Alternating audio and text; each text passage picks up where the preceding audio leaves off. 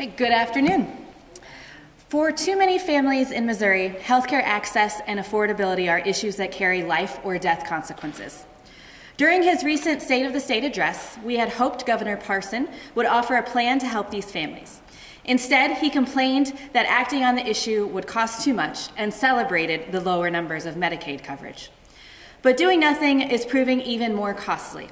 Since 2014, no fewer than 7 rural hospitals have closed, in no small part because the governor and his fellow Republicans refused to expand Medicaid. The most recent closure, that of Pinnacle Regional Hospital in Boonville, took place on the very day of the State of the State. It is no secret that House Democrats have long advocated for Medicaid expansion, but that is not what we are highlighting today. Republicans have made it clear that they will oppose expanding Medicaid no matter how many hospitals close in their districts. So we are content to let the Missouri voters decide the issue this November through the initiative petition process. We have no doubt they will overrule the Republican legislature as they have on so many other issues, including ethics reform, minimum wage, and right to work. Instead, we want to focus on legislation we have to improve the availability of vital services with the aim of producing better outcomes and making for a healthier Missouri. With that, I'm going to hand it over to various representatives to talk about the bills we'd like to highlight. First would be Representative Applebaum. Hi, I'm State Rep. LaDonna Applebaum. I'm here today to talk to you about House Bill 1470. 1470 is known as the Jason Flatt Avery Rain Cantor Act. It requires teachers to undergo 2 hours of suicide prevention training each year as part of their continuing education requirements. This is the 4th year in a row that this bill has been introduced. It is named for Jason and Avery, 2 teenagers who committed suicide in 1997 and in 2014, respectively. Suicide is the 2nd leading cause of death for our children 12 to 18 years old. Over 100 teenagers commit suicide in our nation every week. Teachers see these kids almost every day, and they may notice that they have change in behaviors, but they may not know how to react. This training would allow teachers to recognize the warning signs of suicide and then how to respond. The Jason Foundation provides free online training that counts for these continuing education credits. I did the basic training over the weekend, and I learned that 2 hours of training will empower our teachers with information and resources needed to identify the warning signs, and then how to assist their schools' suicide prevention protocols. This bill will help our communities, it will empower our leaders, and it's going to assist in preventing teenage suicide. How many more hundreds of children will we lose before we do something? I'm actually working with Representative Ann Kelly, who has a similar bill. It's House Bill 1820. We are working together to see if we can finally get this passed and take care of our children. Thank you.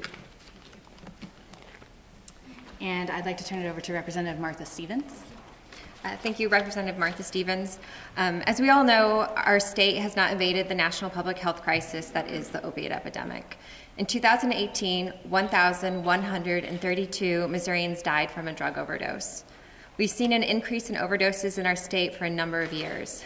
Last summer, the CDC released numbers that showed other states were finally seeing a decrease in overdoses, but Missouri instead saw a 17% increase in 2018.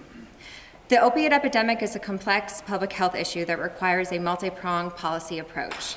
In addition to the increases in overdoses in our state, several Missouri counties are on a CDC list that identifies counties at high risk of HIV and hepatitis C contraction as it relates to intravenous drug use. The list identified 220 counties nationwide. 13 of the 220 counties are here in our state in Missouri. That's why I am, again, filing legislation to decriminalize needle exchange programs with House Bill 1667. House Bill 1667 establishes and decriminalizes needle exchange programs in the state. Under the bill, the Department of Health and Senior Services would establish needle and syringe exchange programs. Each site would offer educational material, counseling and testing for HIV and hepatitis C, and drug abuse prevention and treatment counseling and referral services.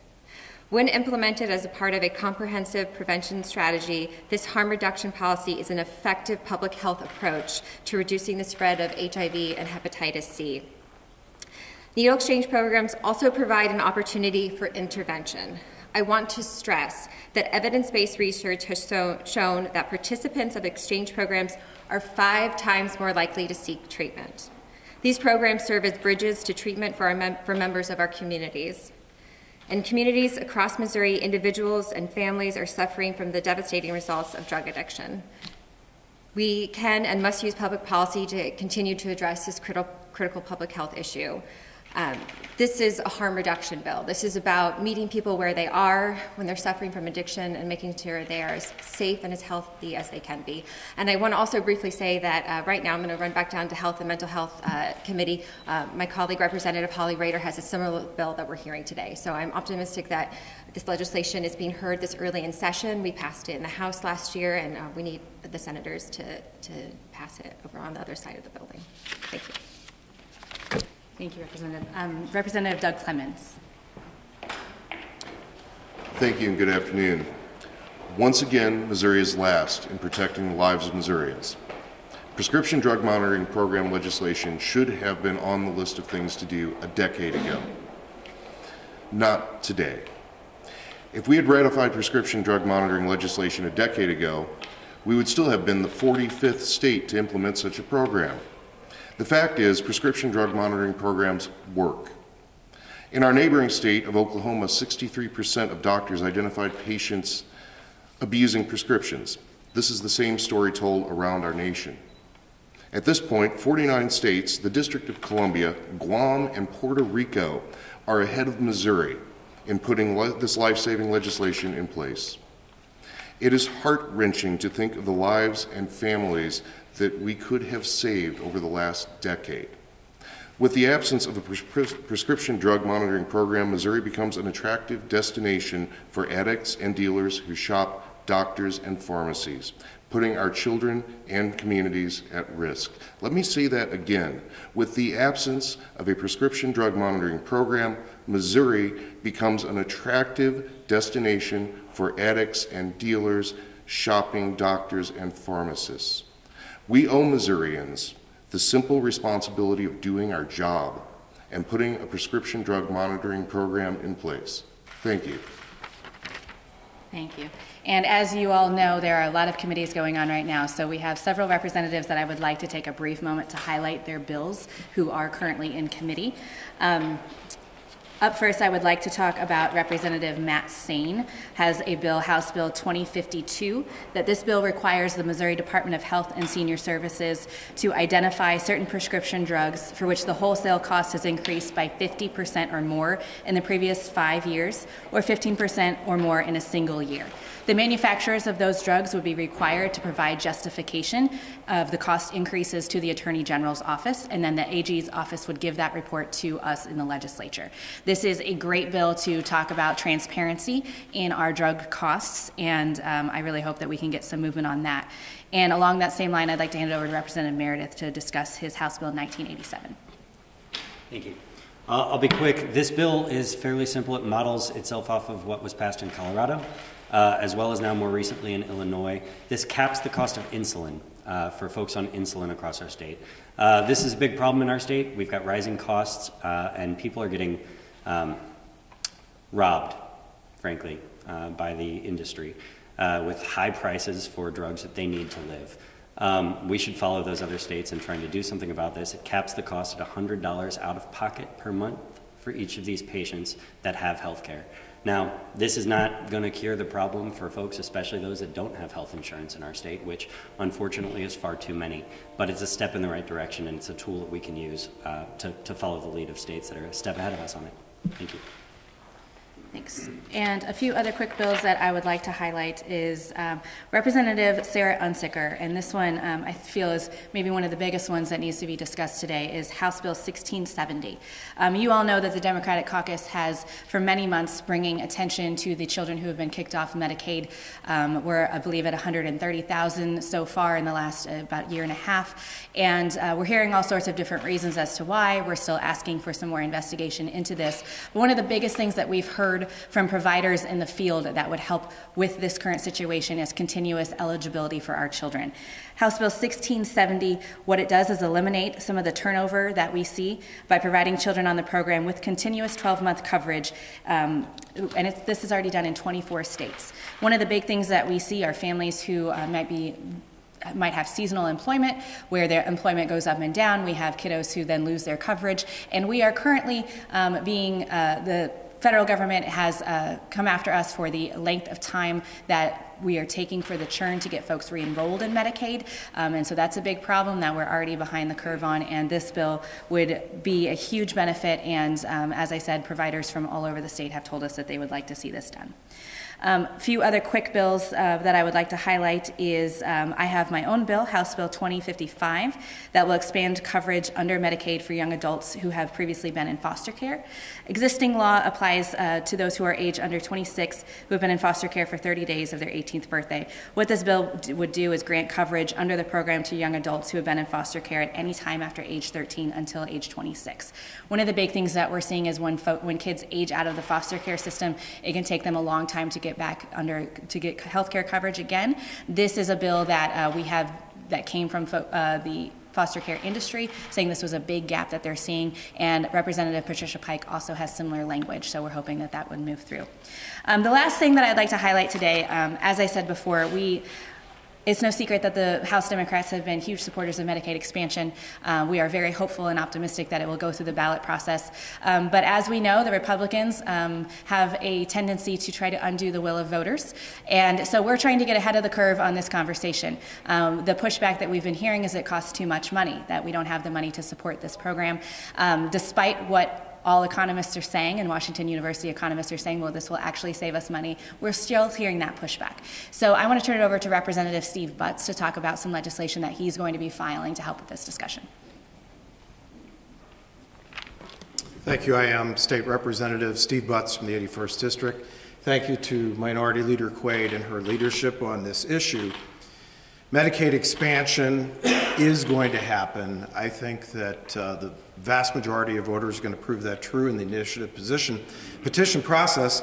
It's just imperative that the folks on the other side of the aisle just start to listen to professionals and the economists at WashU. We referenced the report they did. I'm trying to reject the notion that they're saying there's simply no way to come up with this 100 million or 200 million. They can't actually come up with a number exactly. It has to come from higher education. My goal, and I think as a caucus we're going to work together and come up with solutions that will not be the case. Real leadership is going to be needed, and I'd much rather listen to the experts from Washington University, for example, than to some other state reps on the other side of the aisle that have no idea to come up with and fund this process that the citizens want. So we'll look forward to working together on that more as a caucus and getting that information out to you. So with that, we're happy to take questions. While you're here, Representative, I just want to ask you for any reaction to the visit by the Education Secretary. Just your thoughts about her being in Missouri talking about less federal involvement in public education. Yeah, well, unfortunately, I was not able to see what her speech was about today. I've been very busy, and so I actually forgot that she was here until just a few moments ago. But I'll say this. I think anyone from the Trump administration coming to Missouri in an election year shows that Missouri is important. And when it comes to the education secretary being here, it shows the intent of the Republican majority in terms of the direction of they want education to go. We've heard from her administration team that they're looking towards diverting money towards private institutions and away from public education. And I can tell you that despite having known what she talked about today, that the Democrats are completely opposed from diverting any public dollars away from public education. Are you seeing much talk among Republicans on the school choice agenda this session? No more than normal. You know, last year this was a big topic of conversation, not just the school choice, but the vouchers. We're still hearing the same rumblings, but we're also hearing the same things from folks who are against all those provisions in rural Missouri on the other side of the aisle as well. I know this has been kind of like a battle between the Republican and Democratic parties, and they, you know, when we talk about health care. So why do you think it's important to mention this now, as, you know, a lot of people say that the Democratic Party is, you know, pro-Medicare and pro all these healthcare systems. So why do you think it's important to talk about it now? Yeah, well, as I said, you know, we fully support Medicaid expansion and believe that the voters are going to get that done. But it goes beyond just expansion, and we need to have discussions with everybody about an array of things that we could be doing for healthcare. As we discussed today, a lot of these bills have been sponsored or co-sponsored by folks on the other side of the aisle. Healthcare, we believe, is a right and isn't a partisan issue, and it's something that we need to be discussing at every opportunity that we have. And also, do you think that these are going to become law? Do you have a good chance of them passing? Yeah, I mean, we're hopeful, as discussed already. You know, there's currently a hearing going on right now with Representative Holly Rader and Martha Stevens dealing with the needle exchange bill. A lot of these are things that we're working with folks on the other side of the aisle. The biggest key for us is trying to find where we can work together to get these things done, but then also continuing to push for things that we know the other side is not going to do, like Medicaid expansion, and making sure that we're able to cover those 200,000 Missourians who don't have health care. Can you talk a little bit about what you're expecting out of the hearing on the Medicaid rolls and kids? That's scheduled for tomorrow, right? Yes, you know, I have not met with the chairman to discuss what his agenda is. I am hopeful that it will be very similar to the quote hearing that the Democrats had over the interim, where we invited providers and folks affected by being kicked off the rolls to come and discuss what's going on. We had folks from legal services there, we had folks from FQHCs there, lots of doctors, and we heard firsthand of what they're hearing in the field and what solutions they have for us. So I'm really hopeful that those same stories will be shared, and that we'll actually see some movement on things like Representative Unsicker's bill that we know will help with this. Any other questions? Okay, thank you all so much for being here.